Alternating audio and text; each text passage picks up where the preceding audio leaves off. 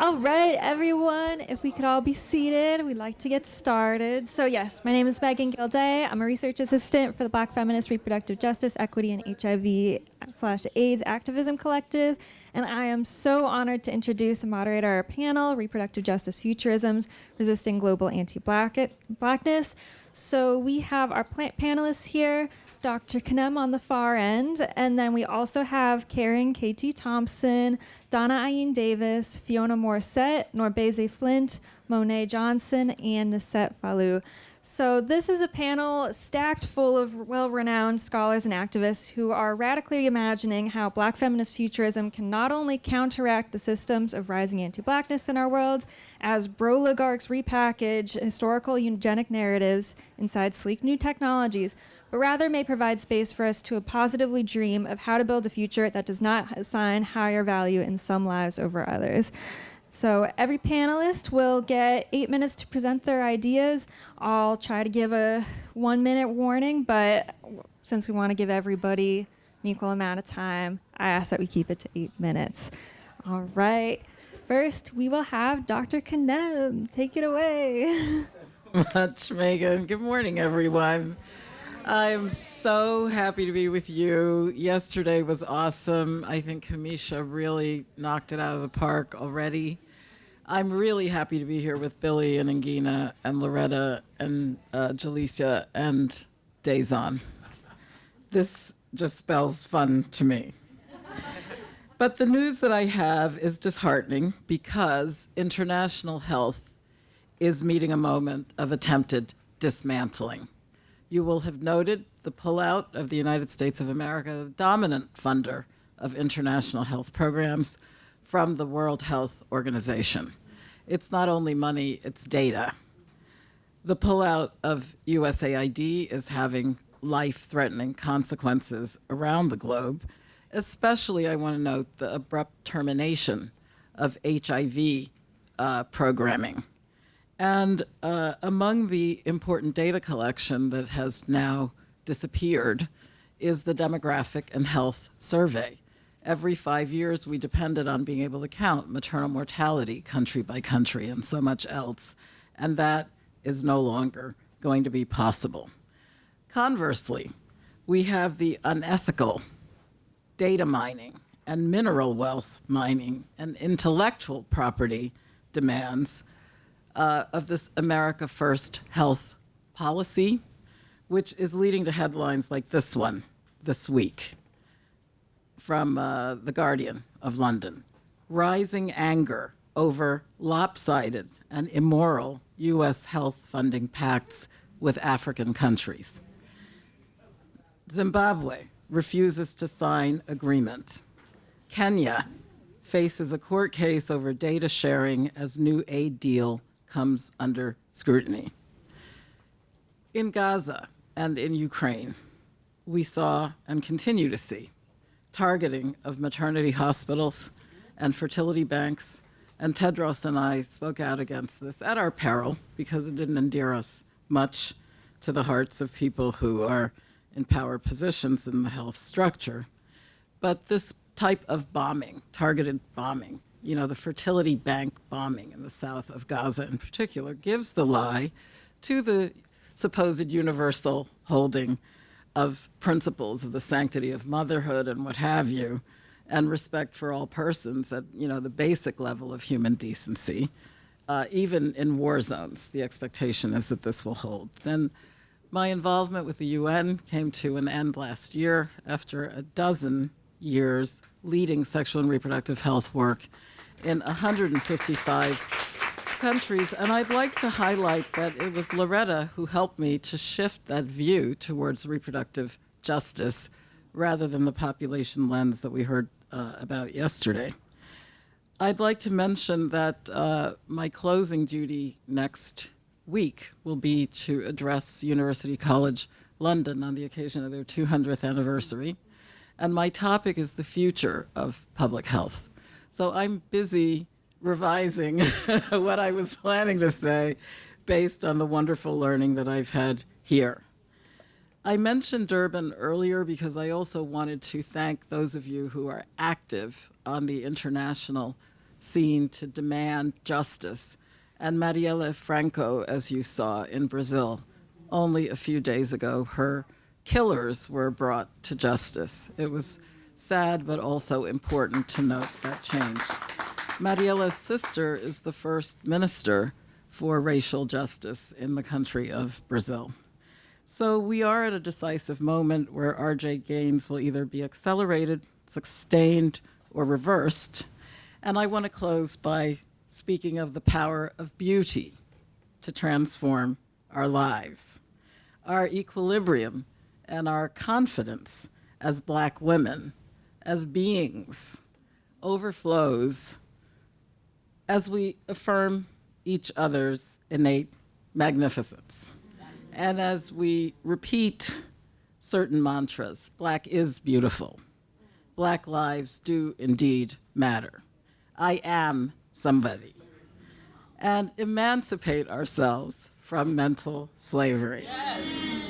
Never give up and stay close to the ground because, in fact, and Ngina Lithcott is here, we are closer to the ground. We do know better. And we should have people who are experiencing the difficulty, and I think Robin already alluded to that this morning, to lead the pack and tell us what the hell are we going to do. So in the spirit of Sankofa, I wanted to introduce you to this Gildea mask. And Emily, I'm going to cue you. Gildea spans the diaspora.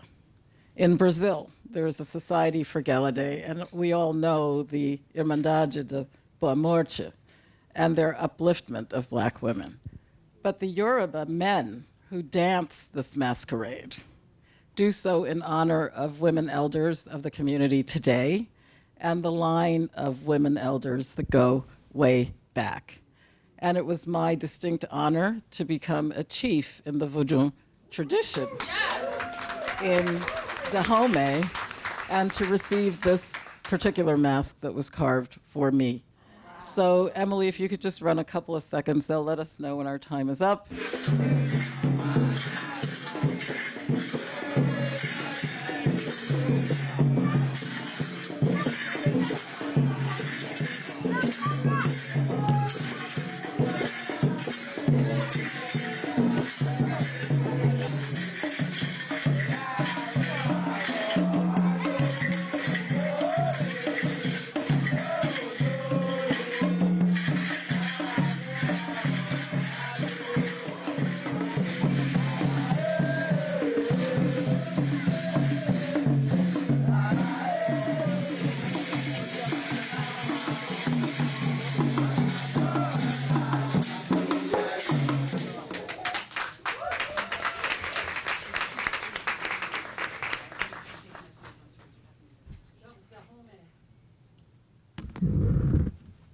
Hello.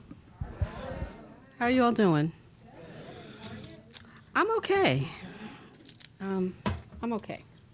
I'm Dána-Ain Davis, and I'm so deeply honored to have been asked to come and be with you today. I'm ecstatic, in fact, to be seeing all my sister friends and people that I've only heard about and am now meeting. Some of you are up here. I also just really want to thank people who are behind the scenes, people who set up, people who take it down, the people we don't see, right? And we need to give all of them a round of applause. So I just have a commentary, I guess. So I'm going to start. I'm an anthropologist, among other things. So we always start with something field work and ethnographic. Okay, let's hope I do this right. Oh, I did. I mean, you know, you get older and stuff happens. Okay, so Kelly, the research assistant who worked with me on this project, which is really about eugenics and eugenic adjacency, we met at New York's Pennsylvania Station in Manhattan in August of 2022. And we boarded the Long Island Railroad's Port Jefferson line.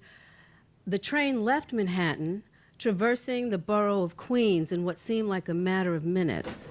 The tracks along which the train runs are formidable, collectively They disrupt your sight line. It is difficult to find visual relief. Moving at 80 miles an hour did not help. I was nauseous. Forest Hills, Kew Gardens, Jamaica, Floral Park, New Hyde Park, Maryland Avenue, Garden City Park, Westbury, Hicksville, Syosset. We arrived and made our way to the Cold Spring Harbor Lab, home of the Eugenics Record Office. We approached the library, which you can see on my right, your left. And we spent the next 7 hours there.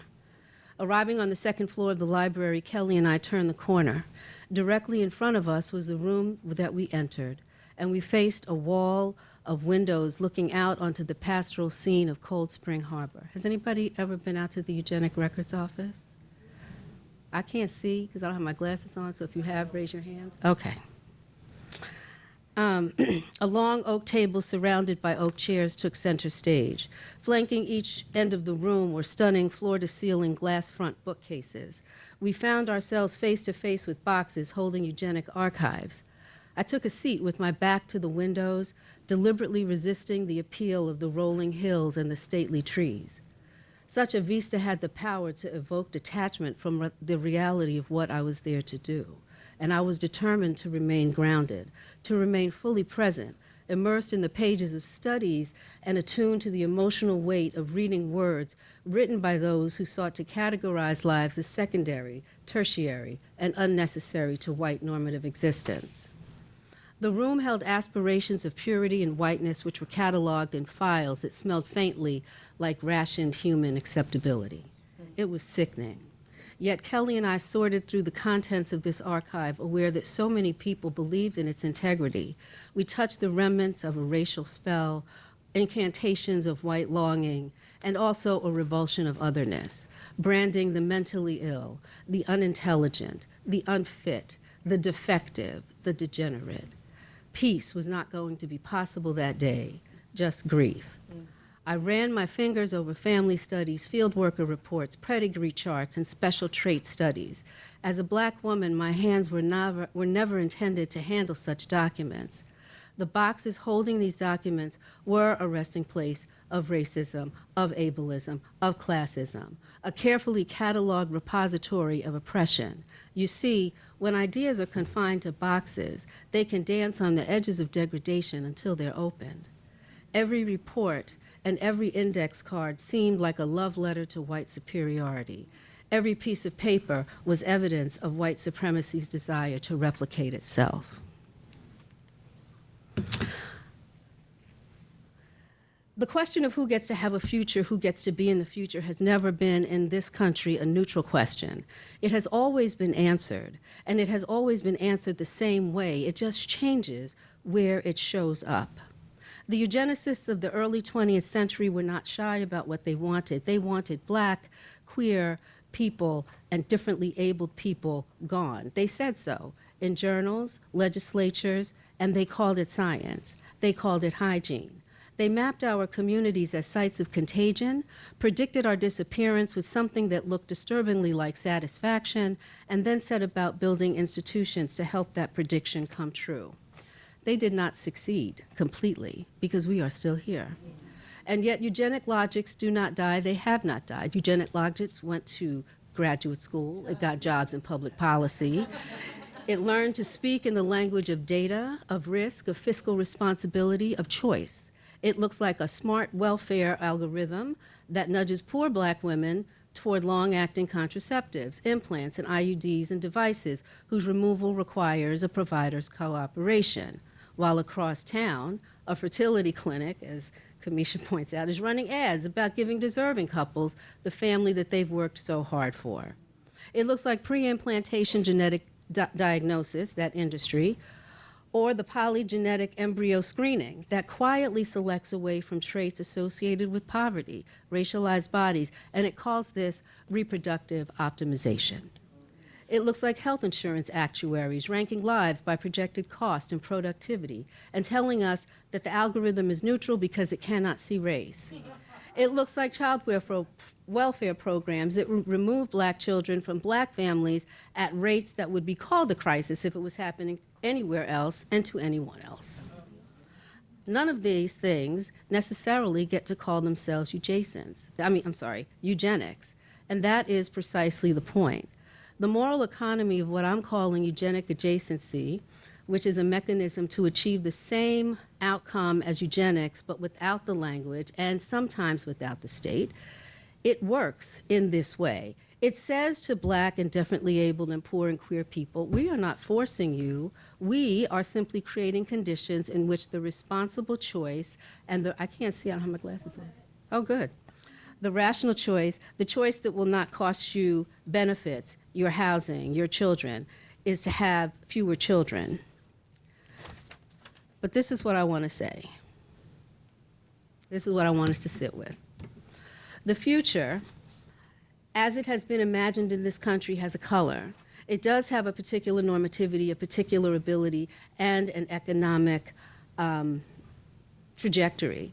It is an optimized future in novels and films and policy reports and in the architecture of smart cities.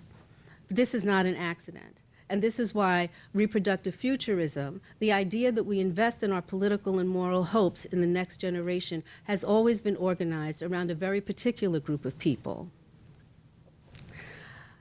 I know this. We have not consented to our disappearance.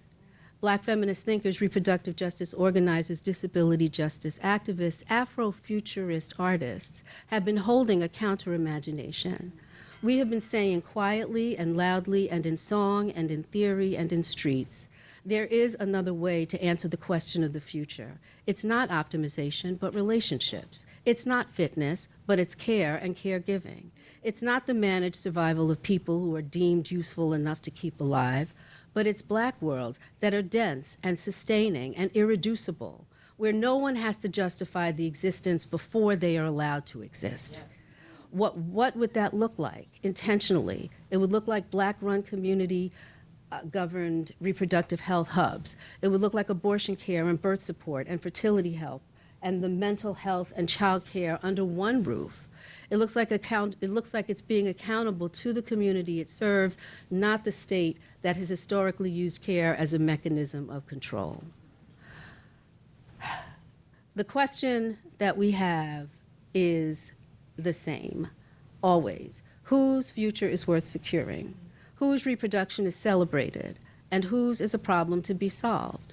And the work is actual, it's unglamorous, it's an institutional building, it's coalition holding, it's data governing, it's storytelling. And that is to refuse the question that has been posed, not to answer it differently, but to dismantle the authority to even ask it. And I think that is what a black anti-eugenics means. That is what we are here to build, with beauty, as you said. Thank you.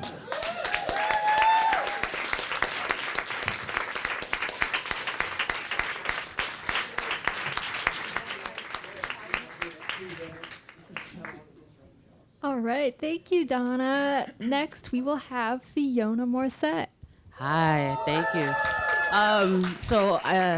I'd like to start with thank yous to Loretta and Jalicia and the rest of the think tank for having me come back and letting me speak again. This is one space where I feel comfortable enough to speak.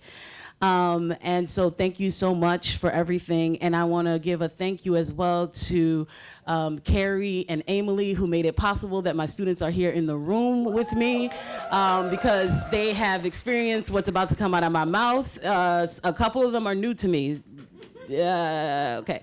And so thank you to my students who are visiting from, I don't know if we should say the college yet. We'll see what I say. And then, but my two research assistants, big shout out to y'all, Nia and Keza, who traveled with me yesterday through a storm, or 2 days ago, through every weather. We got snow, we got rain, we got everything. And this is to you. Right? This is to you because you were like, what do we do? Why do I feel hopeless? And all these things. So this is to you, right? I am Haitian American. It's one of those things now I have to say American born Haitian American because just in case we got ops in the room, I got my papers. But even if I didn't, Come for me. So for my talk today, and this videographer, hello, sir, you are an ally, I hope. Okay, so for my talk today, I want to focus, and I want to make this clear. I want to focus on the figure of the maroon, because we were like, where are we situated? We got maroons, y'all. And so Jalecia, who knows that history, Jamaican, my Jamaican sister, the nanny of Jamaica, they were scared of her. They pretend they're scared of us now, but if we don't tap into that history, if we don't recognize that we got maroons in our ancestry, we got the black fugitive in our ancestry. If you're in the U.S., they called them fugitives, runaway slaves. They said they came up with mental illness, drapetomania, right? The Cuban thing to decide that we had mental illness because we wanted to be free, because how dare we? And then those who gained their freedom by any means necessary, they said, oh, they must have learned it through their white books. Get the hell out of here. We are born free and you enslaved us. So let's be real about that. The lawbreaker. And just so we know, I ask this, theoretical question in my classroom sometimes, like if you were the villain in someone's story, if you were good to break the law, what would it be? And I was like, not murder, because I don't condone violence. Counter-violence is a different thing, but I don't condone violence, right? And I tell them that if I were to break the law, if I was gonna be the villain in someone's story, they would arrest me because I freed all the children. And I stopped there, and I was like, no, I freed all the children. Think about what that means, that I have to say that in order to break the law in this country, it's so easy because all I would do is free a child. And how many of us have to recognize that that is what we need to become, the maroon, the fugitive, the lawbreaker, because the law is designed, by design, always, right, to make what's legal is our erasure. And so if we continue to sustain these laws, if we continue to live in this system, recognize that by upholding the law, don't go to jail, anyone, right? At least, okay. That's what you got to do. You got to sustain them, right? And so I turned to work in black feminist figures like Catherine McKittrick out of Canada, who asserts in Demonic Grounds, Black Women in the Cartographies of Struggle in 2006, that spaces of black liberation were invisibly mapped across the United States and Canada. And I want to extend that out throughout all of Latin America, and also in places on the continent where they refused to be enslaved. And once they were enslaved, right, because they had pretended that it was a fact that they were designed to be slaves for Europe, that they were ordained by God to take this land, because we always remember the church, the Pope, decided that they were ordained by God to take this land from indigenous people. How wild is that we still live in this we still live in the imagination of white men that believe that they could be ordained by God to do anything. So we need to remember that in the days to come that we are the maroon, that Afrofuturist storytellers and theorists that I engage with attend to the historical practice of maroonage, maroonage sometimes English speakers say, maroonage, as a praxis of resistance that creates a space for black liberation and underscores how this can be one of the most vital methods for surviving our present and our future. I focus extensively on fugitivity and multiple forms of maroonage that are critical in understanding past and present black American conceptualizations and all black conceptualizations of freedom, and read works by black feminist speculative fiction writers as metafictions on maroonage, right? Both grand and petite. Grand maroonage, academically understood, is one's complete removal from the plantation system. Petite maroonage refers to running away from the plantation for short periods of time, right? Slowing down work, right? Pretending to be sick, right? All the ways in which you slow down production on that plantation, right? And that's the historical reality. Now we need to think about in the contemporary moment, what does that mean? It means grand maroonage is understood as complete removal, right? And if we have to live here, we have to start thinking about how do we do petite maroonage? Because if I'm stuck in this country due to financial reasons, due to my daughter doesn't like the weather outside of the US, and I'm like, oh, you sure? Let's go to Costa Rica, right?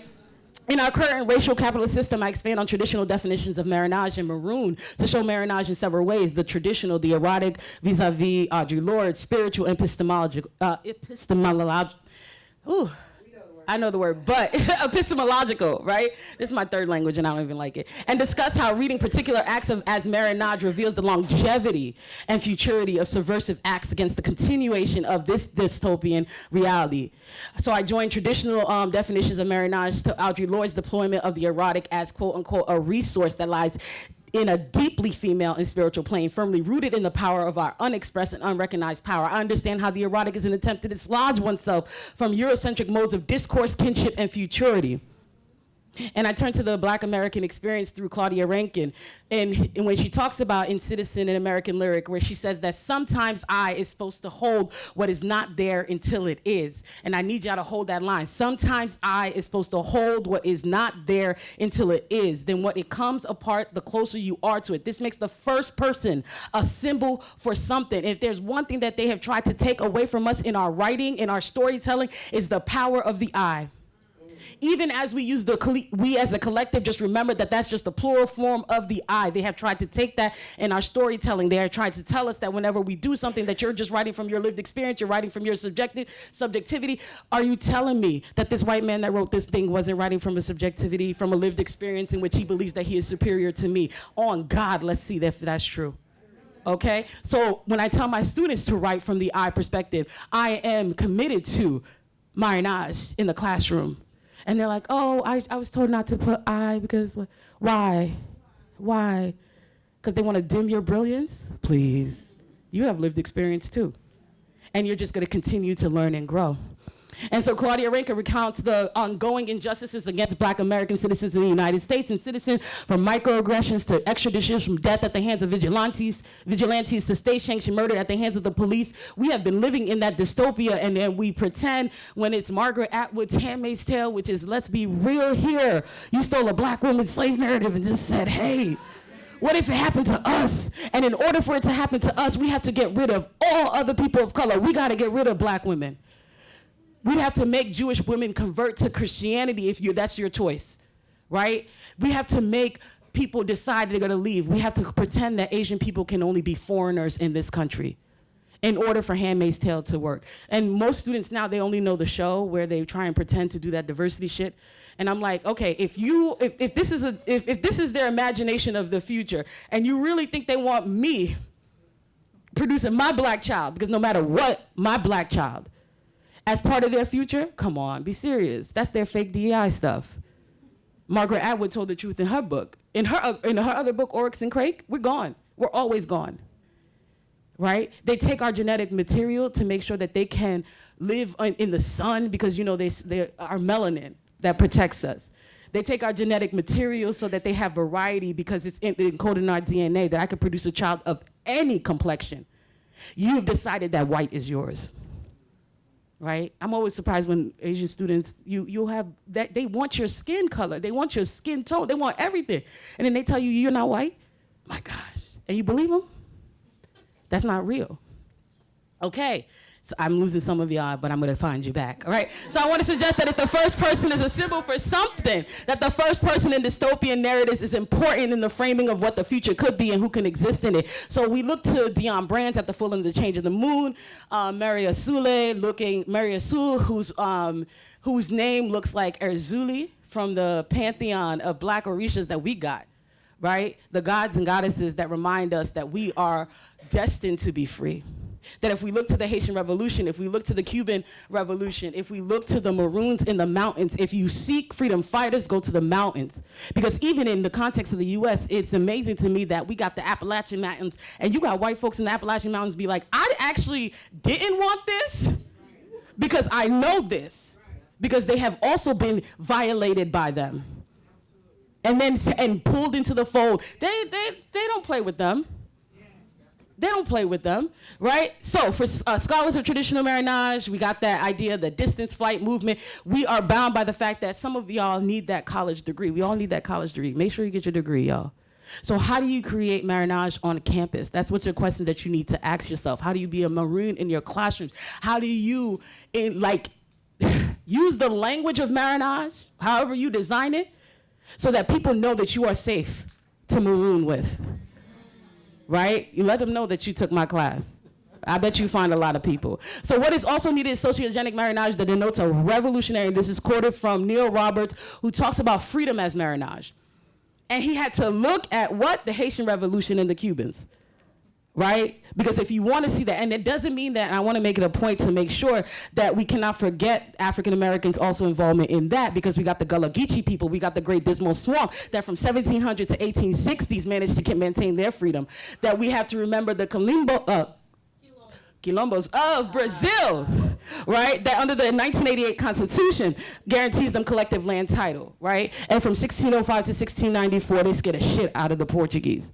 We don't scare people the same way that we used to, all right? And so we need to look at, in their works, Black feminists unconstruct the Americas, not deconstruct, unconstruct the Americas, reclaim the land from white settlers, and reshape this dystopic site into spaces of healing, envisioning futures in which Black and Native peoples are no longer the collateral damage of white settler utopia building. I will no longer be your collateral damage, and I'll be damned if I make my child a martyr. So please, maroon with me. That's what we need to do. Thank you.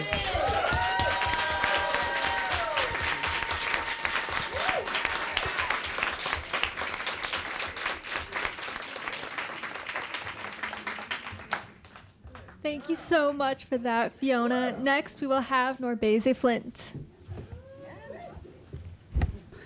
So, hello, my name is Nourbese Flint. I am the president of All Above All, an abortion-forward reproductive justice organization working to make sure that all people can make decisions about their pregnancy with dignity and free from stigma. So, this is not a rhetorical question. I wanted to, when we see this photo, what do we see? What is this? White folks.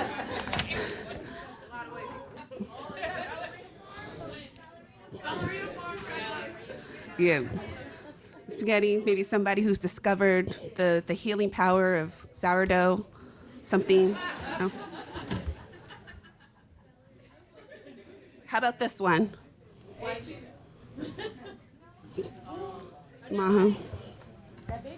baby didn't do anything. The baby's trying to survive.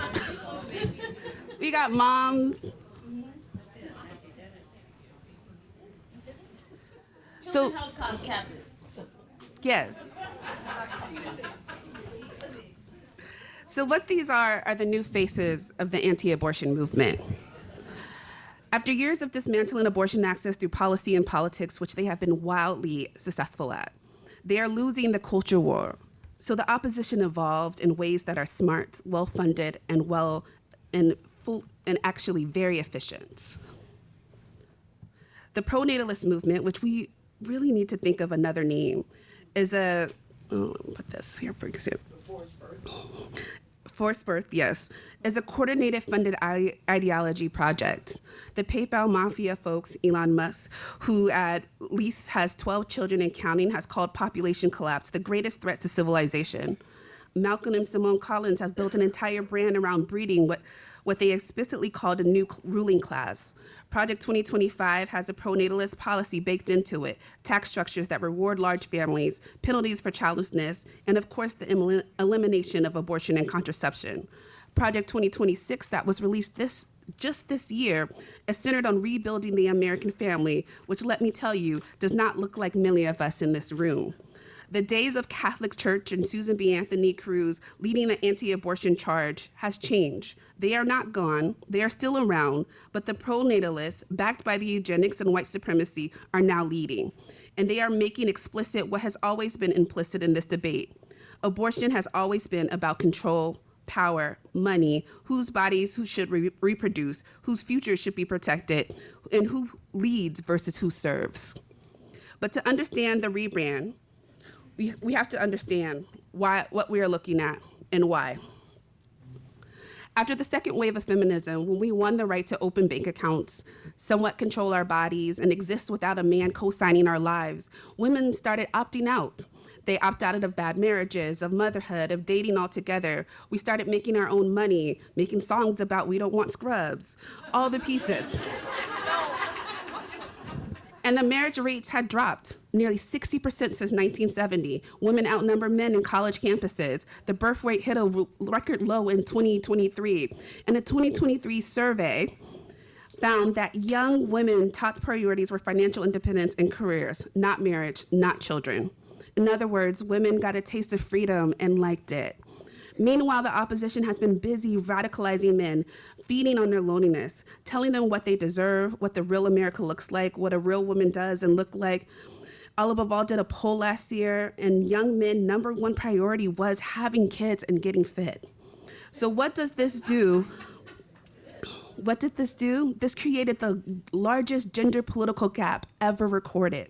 Young women are running left, while young men are running right. And this is a cross race, though the numbers in some communities are not as dramatic. So we had a woman problem. They had a woman problem. And with every fascist takeover, there has to be at least some who are going willingly. They needed women to show up voluntarily to convince the rest of us, or at least enough of us, this is what we wanted. So they rebranded. They did trad wives, where they had linen aprons, golden hours. This is the soft life you've been missing. And I don't know if anybody's ever worked on the farm, but that is not the soft life. They had a baby, went in the beauty pageant, and this is a true story. She had a baby and then 12 days later went to a beauty pageant. This is the new feminism. They also started looking at rebranding relationships with high-value women content, which is very popular in Black spaces, framing submission as strategy, as aspiration.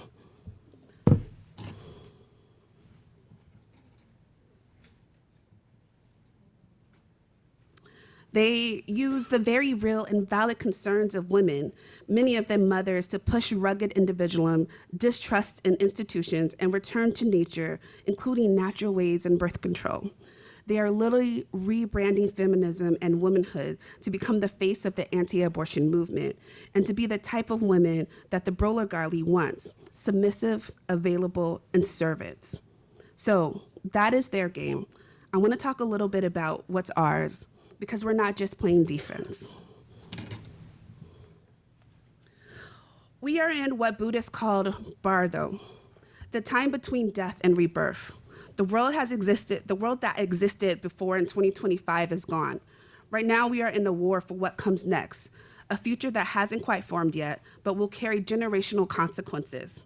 So if this is where we are, the question is, how do we midwife the birth of a new world? And there are I have three suggestions on how we deliver a just society.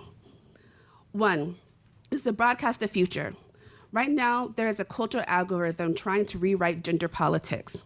We need to insert ourselves into that algorithm, not only to interrupt the anti-humanity ideas around gender, but to offer up what the future can actually be. My North Star is grounded in a vision of Star Trek.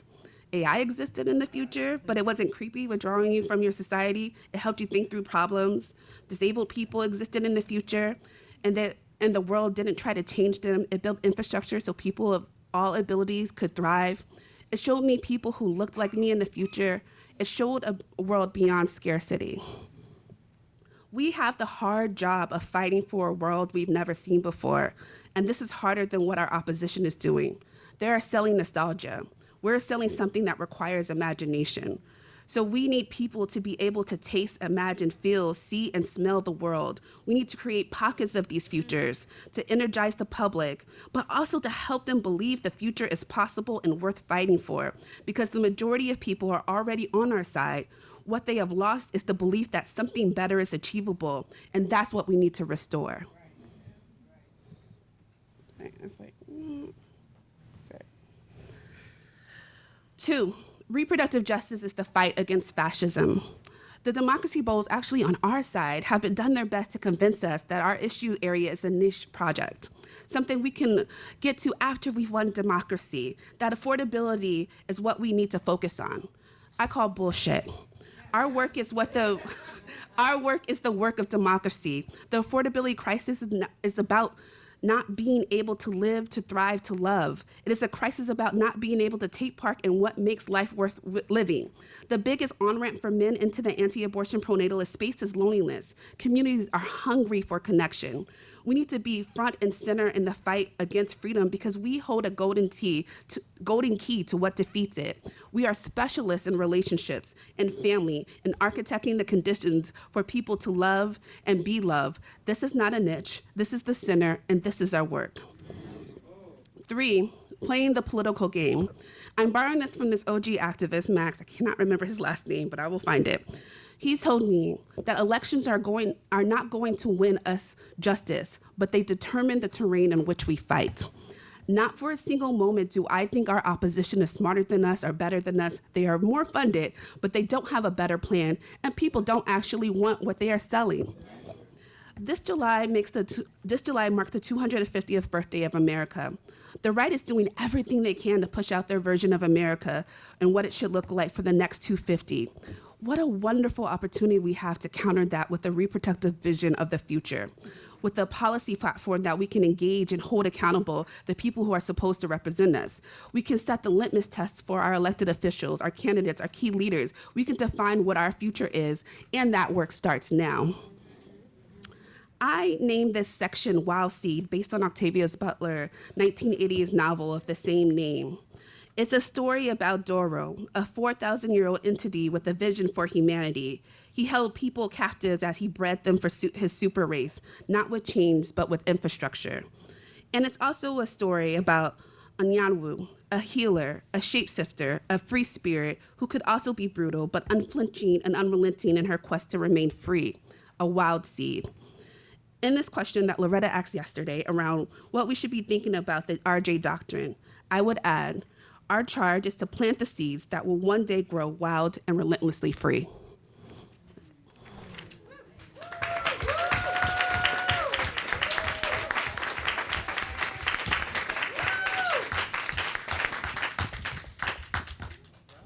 Thank you, Nourbese. All right.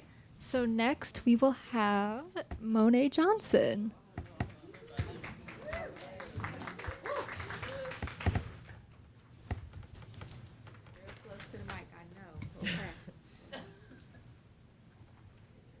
Can you hear me? Yes. You gotta get real close. You're right. Okay, my name is Monet, and I'm a PhD student in Africana Studies at Brown University. And so today I kind of want to talk to you all about closer. I might have to. Hello. And so today I kind of want to put a part of my project on the floor for you all. And before I do that, I want to say thank you to my good sister friend Dána-Ain for inviting me. My politics have taken a bit of a turn, and sometimes I've wondered if I still belong in certain spaces, but then I realized I do belong in every RJ space.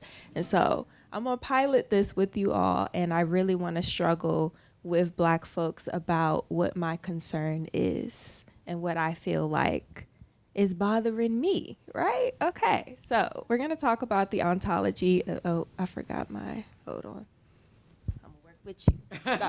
Yes. All right, so I came to the project of care ethics, reproductive justice, and Black women's inner workings as the daughter of a teenage mother. Teen mom is a political category born from deviant narratives used to pathologize Black adolescent girls. My teen mom was a mother who, against all social pressure, misogyny, and anti-Blackness, pursued her motherhood and her right to have a child. In my time as an organizer, I have created safety plans around gender violence, aided abortion access, taught reproductive health courses, assisted survivors, and so much more. I witnessed my mother go through an IVF process after 2 miscarriages, and I have endured my own experiences with reproductive violence. Every part of the reproductive justice terrain has touched my life, and I am compelled to now look at this work through the lens of negativity. This work examines the intersections of care ethics, Black women's labor within care work, and the reproductive justice movement, focusing on how anti-Blackness structures the landscape of care and non-care.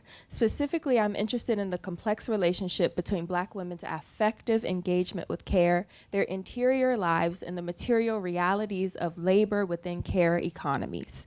Care is central to Black feminist thought. yet care is also fraught, unevenly distributed, and commodified in ways that exploit Black women's labor while sustaining systemic inequalities. I approach care as both a survival strategy and a mechanism of control simultaneously. It is an inheritance of the afterlife of slavery and patriarchy. Bell Hooks reminds us that Black women are socialized into the role of the omnipotent caregiver, expected to sustain others while their own needs are systemically ignored. Our passive acceptance, according to Bell Hooks, becomes the barrier to our recovery. I am interested in this notion of our passive acceptance. Disentangling care from its co-optation within racial capitalism requires confronting the anti-Blackness embedded within care and within care's affect and within the ethical frameworks that seem to underpin the Black feminist movements. Let me be clear. I am indicting ethics as a central site of anti-Blackness, and I am asking us to consider what we take up as inherent goods and positive notions within our movement, and I am asking us to struggle a little bit harder with the terms that we have taken up as good, because I think they are liberal ruses.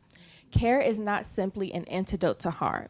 It can also reproduce the very systems that it seeks to resist. Care is a part of a grammar that has been residing in the afterlife of slavery and patriarchy, like I said. If we take up Gerda Lerner's care via kinship supported the creation of patriarchy. If we follow Jennifer Morgan, we understand that the core function reproduction had to slavery. This is an architecture, a grammar, and an ontological register we cannot naturalize within our work. The reproductive justice movement is a key terrain where these tensions become visible. When reproductive justice was articulated in 1994, when Black women gathered to discuss health disparities in the Black community, they defined Black reproductive justice as the human right to maintain bodily autonomy, to have children, to not have children, and to parent our children in safe and sustainable communities. Yet in so many ways, reproductive justice is also the clearest example of Joy James's captive maternal theory.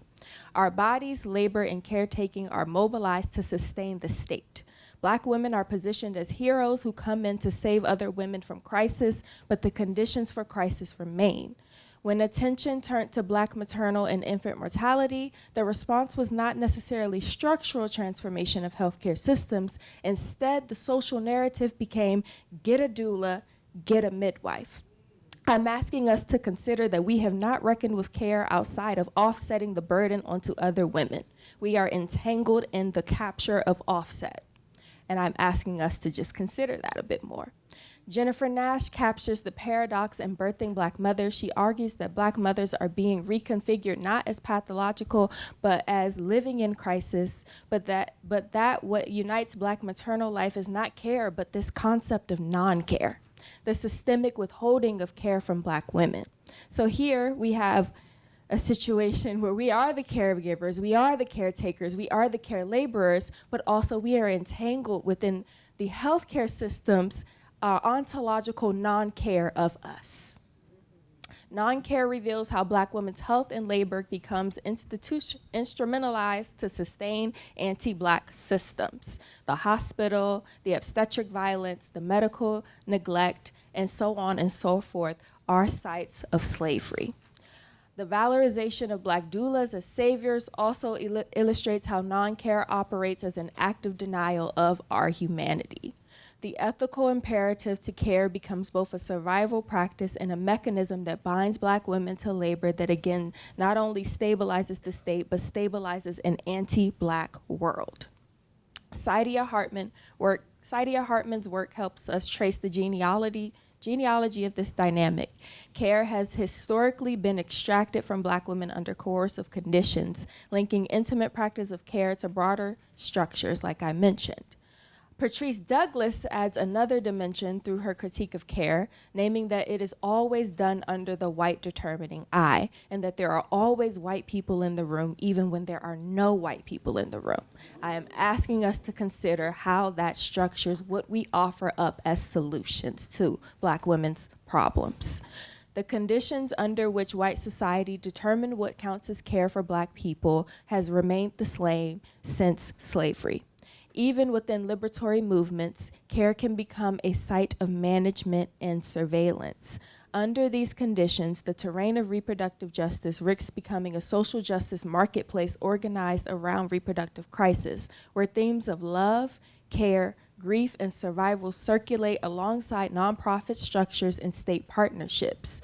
I want to be clear that the attack on abortion rights is patriarchal warfare, and we are at war, and I want to win it.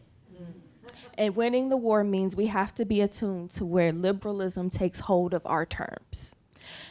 So much of the movement continues to lie on frameworks that assume that the state can be persuaded to care. And I know we don't all believe that, but anti-Blackness does not disappear under a better healthcare policy or more equitable distribution of resources. Socialism is not going to resolve an ontological problem. We have to first sit with the negativity of that.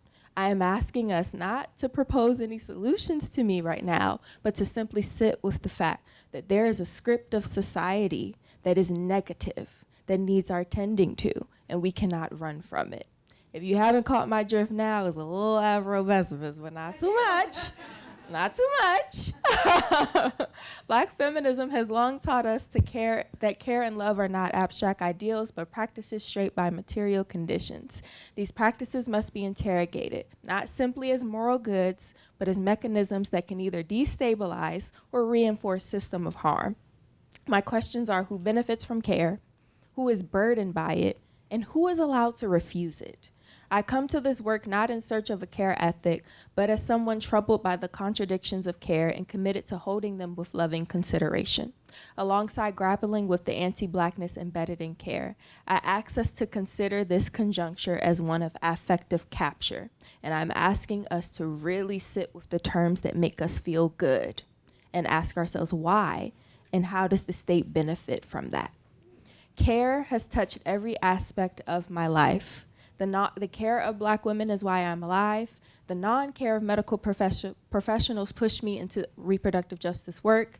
The care economy is where so many women I love are located. This is a big concern for me. And yet, I remain troubled by the ways we can reproduce the very system that we seek to dismantle. These entanglements leave me with questions that I cannot answer. Is the only opt-out from care one of transferring the burden of suffering onto someone else? How much longer can we wait on policy to continue to fail Black women? What do we do with those who do not care at all? Can I trust class Black women in the U.S. with systems of care that won't burden unclassed women? Can we? Is our subjectivity sacred, or is that another liberal rules? I'm asking us to think about these things. I'm tired of people talking about doulas and night doulas the same way they talk about a TaskRabbit cleaning service. And I'm recognizing those grammars amongst us as Black people. We didn't solve the issue for the care economy workers, and that's why we're seeing a replication of these grammars within reproductive services. These are all the afterlives of patriarchy and slavery. I carry these questions forward, refusing to resolve them quickly because care cannot be separated from anti-Blackness, like I said. And again, I close by asking us to stay with the negative. Oh, wow.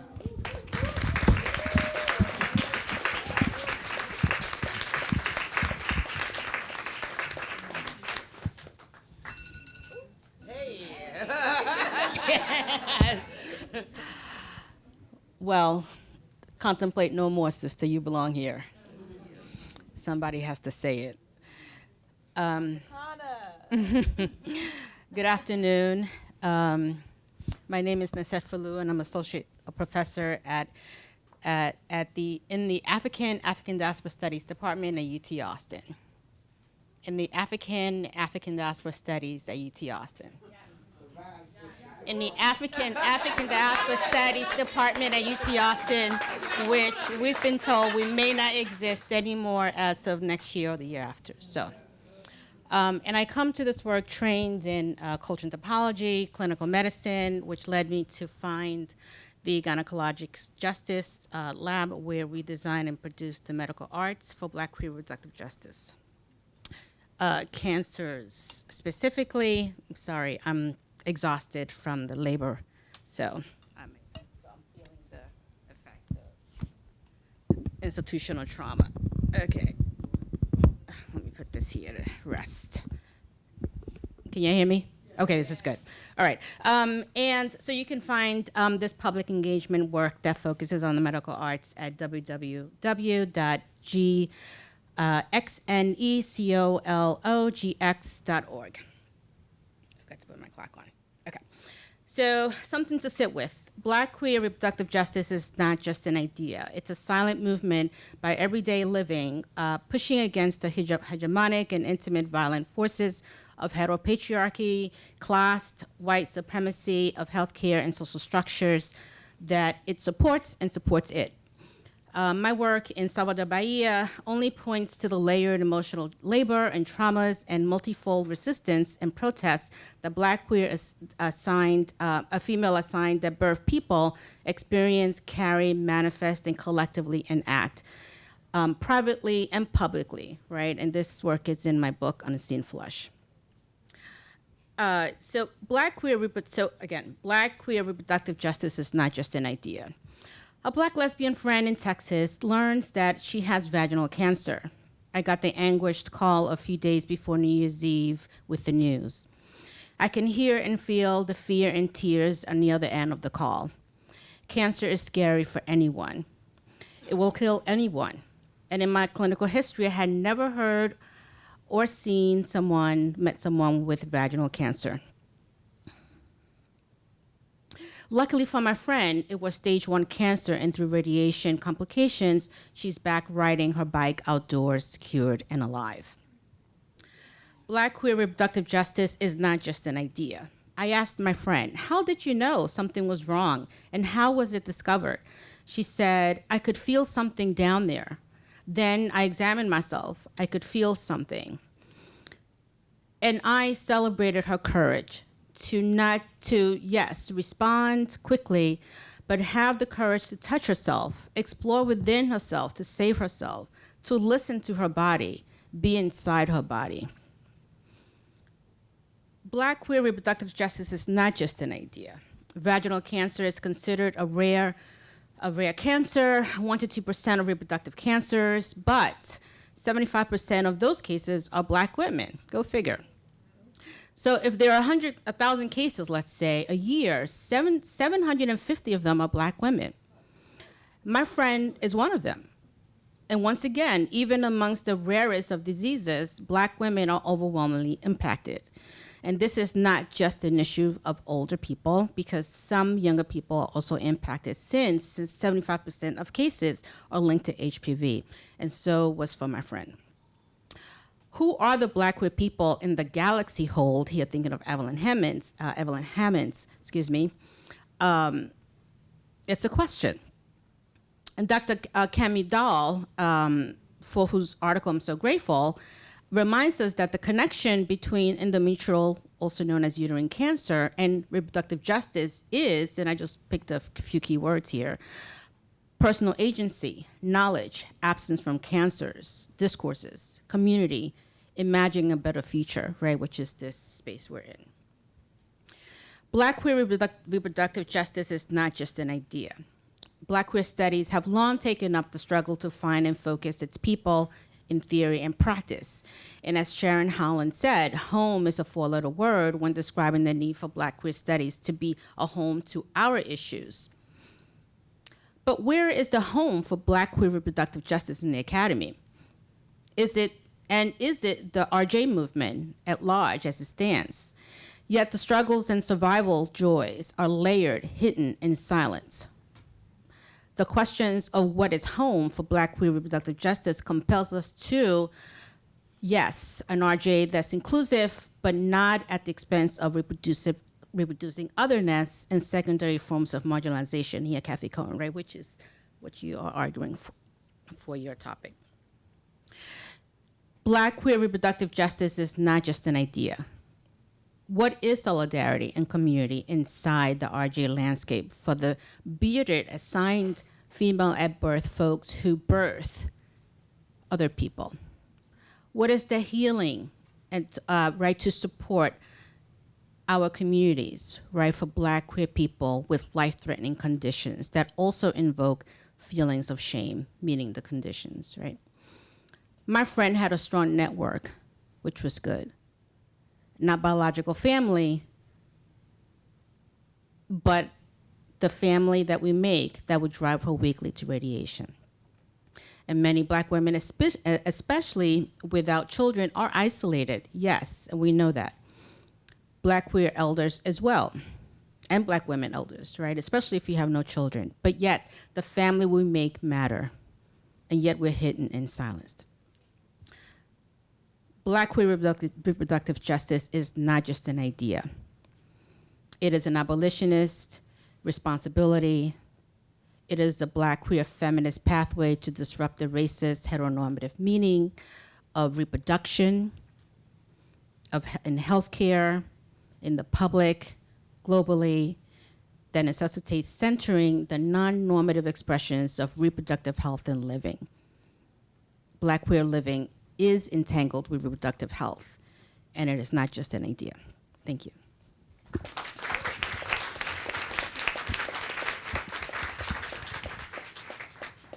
Thank you, Maurissette. So finally, we will have Karen K.T. Thompson. I just want to thank Fiona for bringing Grandy Nanny into the room. My mother and my grandmother were both born in Moortown, where Grandy Nanny lived and died. And the earliest memories I have of storytelling is my mother telling me about Nanny and her brother Kwaku getting off the slave ship and running. And as she said, they caught the bullets in their behind and they kept going. So I think about that. But after they escaped and after they fought the British to submission, they also forced the British to enter treaties with them, which are one of the only treaties that the British ever kept. And so that, for me, is the sign of the revolution of law, to enshrine revolution into the law. But part of their agreement in that treaty is that they would have to return escaped slaves to the plantation.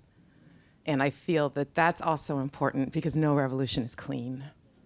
So with that, my name is Karen Thompson, and I am the legal director of Pregnancy Justice. I don't come to Repro quickly. It was a very long and non-direct route. I was at the ACLU where I was fighting police and prosecutorial misconduct. And prior to that, I was the Innocence Project, where I was fighting for wrongfully convicted people in Oklahoma, South Carolina, and Pennsylvania, and Arkansas. So what is important for me for being on this panel, which is an honor, is that all of the issues that you've heard here today are always reflected in the criminal justice system. So anything that, even though I did not know I was going to be on this panel, so I'm not explicitly talking about race, you cannot talk about reproductive justice in the Americas without talking about race, and you can't talk about criminal justice without talking about race. So Pregnancy Justice is a nonprofit legal organization that works nationally to defend and advocate for the rights of pregnant women and all pregnancy-able people facing civil or criminal prosecution in connection with their pregnancies or pregnancy outcomes, and that includes miscarriage, stillbirth, and abortion. Pregnancy criminalization occurs when a pregnant person is arrested for reasons related to their pregnancy or pregnancy outcome, or when the terms of bail or sentencing or probation are heightened because a person became pregnant after being charged with an unrelated crime. Pregnant and postpartum women have faced criminal charges for experiencing miscarriages and stillbirth, for using both criminalized and legally prescribed substances during their pregnancies, for self-managing abortions, and for engaging in acts or omissions that are perceived as creating a risk of harm to their pregnancies. And prosecutors have pressed charges against pregnant women based on a wide range of legal theories, from felony child abuse, chemical endangerment or neglect, or delivering drugs to a minor. Women who have miscarried or had a stillbirth have been charged with abusing a corpse or illegally handling human remains, or in the most extreme situations, murder or manslaughter. In every instance, pregnant and postpartum women face policing involvement or jail and prison time. So given this, and the questions that I was given to answer are, what are the past, what's the past and the legacies that we can build on in this moment? Well, the law is by definition backward looking, right? The American legal system is what's called a common law system, which means we must use precedent from earlier cases to support current arguments. So when you're lawyering, you lean forward to the present moment in defense of your client, but you must also constantly navigate the constant pull backward into the past. And this is complicated by the fact that prosecutors use criminal statutes like chemical endangerment of a child, whose actual purpose was to prevent children from being exposed to dangerous chemicals in spaces where drugs were being cooked. And they apply those laws to a woman's own pregnancy. So the pregnant body is made a public crime scene, and the fetus is a victim to be protected.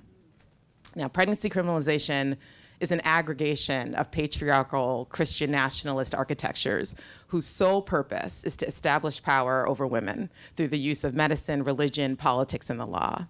Pregnancy criminalization has a single purpose: to justify patriarchal control of women's bodies, making fetuses, embryos, and fertilized eggs legal persons with the same rights as you and I, and painting them as victims harmed by the pregnant woman whose body sustains them, and I quote here, fundamentally changes the legal rights and status of all pregnant women and forces them to forfeit their own personhood once fetal persons have taken up residence inside their bodies. And that is Lynn Paltrow, the founder of Pregnancy Justice.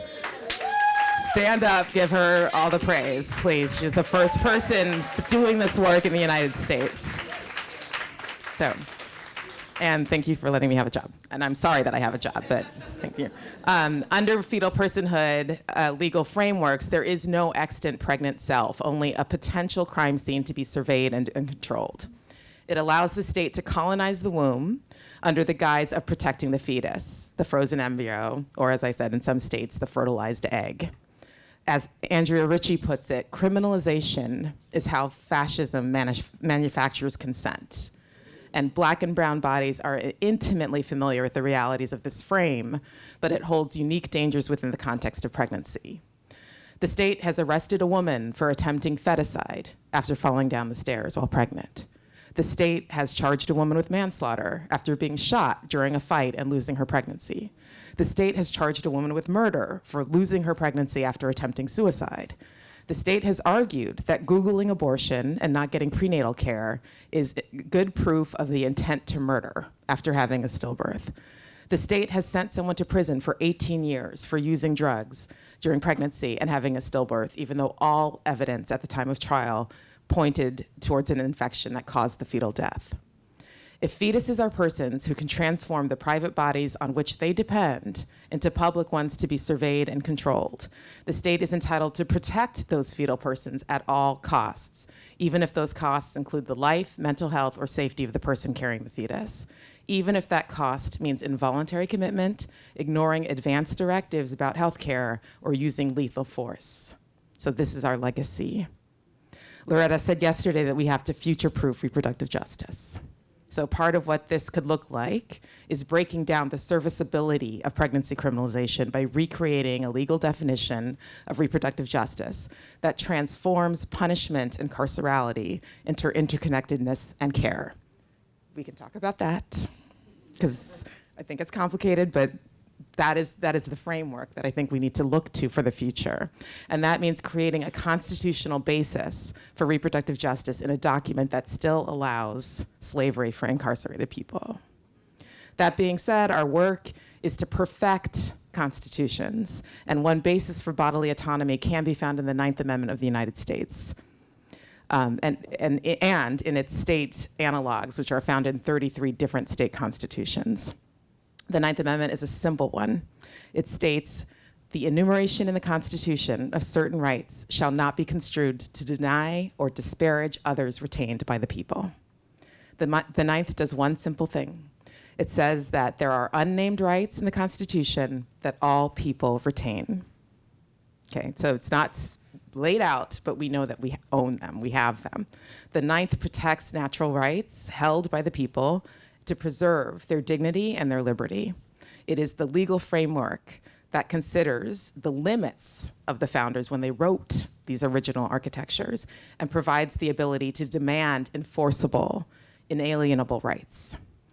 As one case put it, I'm going to quote this at length, but bear with me. It's a case from 1927, And it said, time works changes. It brings into existence new conditions and purposes. Therefore, for a principle to be vital, it must be capable of wider application than the mischief that gave it birth. This is particularly true of constitutions. They are not ephemeral enactments designed to meet passing occasions. They are designed to approach immortality as nearly as human institutions can approach it. The future is in their care, and provision for events of good and bad tendencies of which no prophecy can be made in the application of a constitution. Therefore, our contemplation cannot be only of that which has been, our contemplation cannot be only of what has been, but of what may be. Under any other rule, its general principles would have little value and be converted by precedent into impotent and lifeless formulas. So, what challenges are before us? In pre-Roe years, pregnant women who sought abortion care were labeled Jezebels. Thank you. And as Ricky Solinger, who is also here with us today, has so clearly documented, post pre-Roe, basically the legal argument was she's a slut, right? Just to put it very simply. Post-Roe, fetal loss that doesn't produce a healthy white baby now invites the label of murderer. In the past year, 13 legislatures in the United States have introduced bills that would make abortion a homicide, thus making abortion a death penalty eligible offense in many of those states. Social shaming continues to replace evidence in courtrooms. Basic technology, not the eye-popping science we heard about yesterday, not period apps, but flock cameras and junk forensic sciences are contributing to pregnancy criminalization. Indeed, women's incarceration rates continue to grow at twice the pace of men's, disproportionately landing women in local jails. And when I say local jails, I mean pretrial detention, with women held having not have been convicted of any crime, and often with eye-popping bail numbers. For one of our clients, a 55-year-old woman with no criminal history, who was the sole caretaker of her disabled husband and sole breadwinner for her family, the bail was set at $1 million. Frank Lloyd said it best: conservatism consists of exactly one proposition. There must be in-groups who the law protects but does not bind, alongside out-groups whom the law binds but does not protect. Legal reproductive justice futurism must be simple. The law cannot protect anyone unless it binds everyone, and it cannot bind anyone unless it protects everyone. The binding, however, is interconnectedness, not carcerality. It is care, not handcuffs. And this future refuses the premise of shame, and this is why I want to show these pictures of these faces, because these women have been incarcerated, these women have been arrested, these women's faces have been splashed all over the media for crimes that did not exist, using language that is not right, talking about killing infants when they in fact lost pregnancies. And I want us to witness them in their wholeness of who they are and recognize them as full people and not the mugshots that the nation would like them to be. But this future that we need cannot depend on and must refuse a premise of shame. We must demand wholeness and bodily autonomy for all people, including in our Constitution and our laws. And we must return personhood to the people of women. In this, in a rising tide, in these women, our future.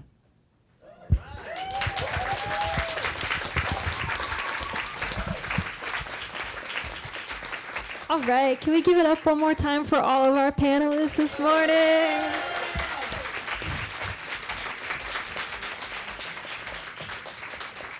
Yes, thank you all for all of your contributions. So to kick off our discussion, we'll begin with a pre-recorded video from Dr. Moya Bailey, who couldn't be here, unfortunately, to set the tone. Hello. I want to thank the organizers for allowing me to join you asynchronously and virtually. It's the end of the quarter, and I couldn't get away to be with you. I'm recording this video on land traditionally stewarded by the Council of the Three Fires in a building built by the descendants of enslaved Africans and immigrants from just about every continent on the planet, whose kin are now harassed by local cops and ICE, who themselves have no reference for the lives that made their lives possible, the blood, sweat, and tears that make their living possible, while they trample on the lives of others. I've referenced this lack of reverence and violence wrought on the living because human reproduction, the thing that gets us here, is both sacred and dangerous. It enrages me that the Judeo-Christian religious right, who are working with the current political administration, speak of the sanctity of life before birth when they promote policies and practices that destroy the living in every possible portion of society. We need look no further than the Epstein files, Palestine, Iran, to see the lie in the phrase right to life. My talk today, Transforming Misogynoir and Obstetric Racism Through Reclaiming Our Futures, is centered on what it takes to bring Black life into the world and make it worth living beyond ableist notions of health and heteronormative imaginings of reproduction. What I mean to say is that being able to have babies or have them grow up is not my dream for reproductive justice for Black people or anyone else for that matter. I actually dream of a world that is more in love with the experience of our living than the fact that we get to do it. Survival is not enough. I do not believe that we were put on this planet to labor, be that via work to afford a life or the necessary struggle to bring life into this plane of existence. I don't believe in ableist notions of healthy babies and births that treat children as commodities that complete narratives of purpose for their parents. We owe each other and the planet more than that.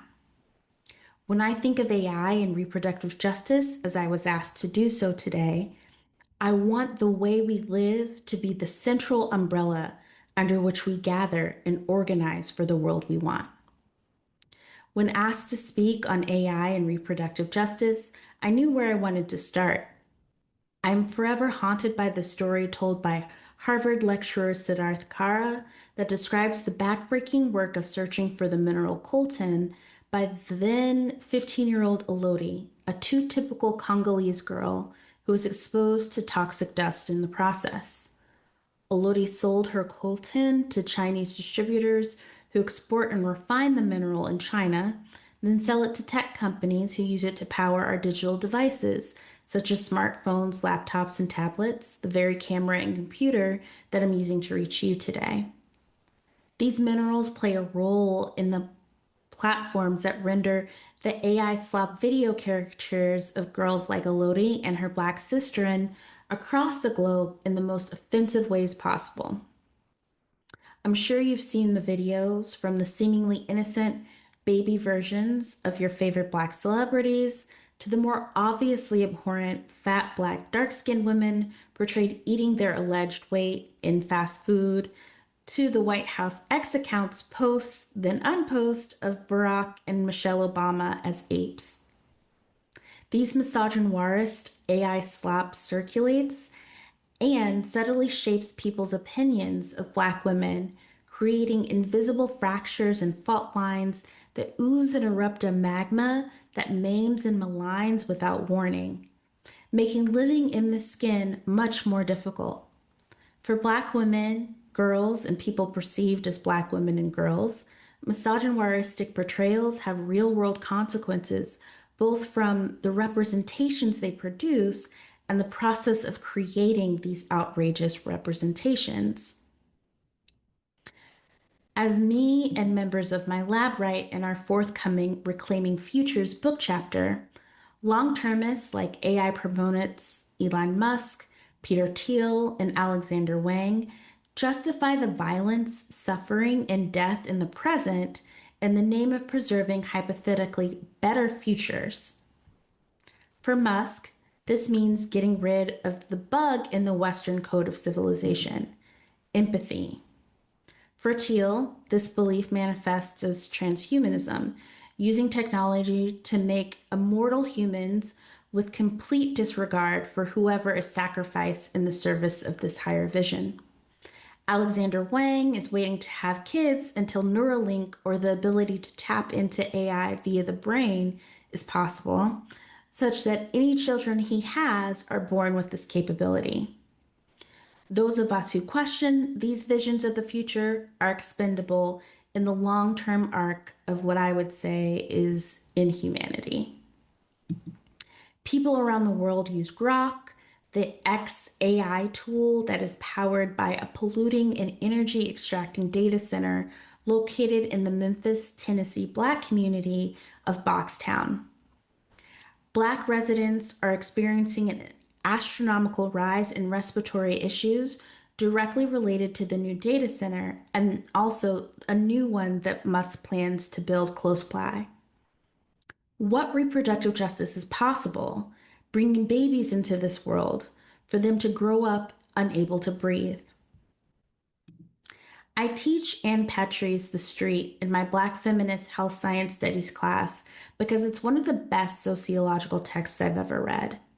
The novel follows Ludi Johnson as she tries to create a livable life for herself and her son Bub in the midst of relentless, misogynoirist attacks on her personhood.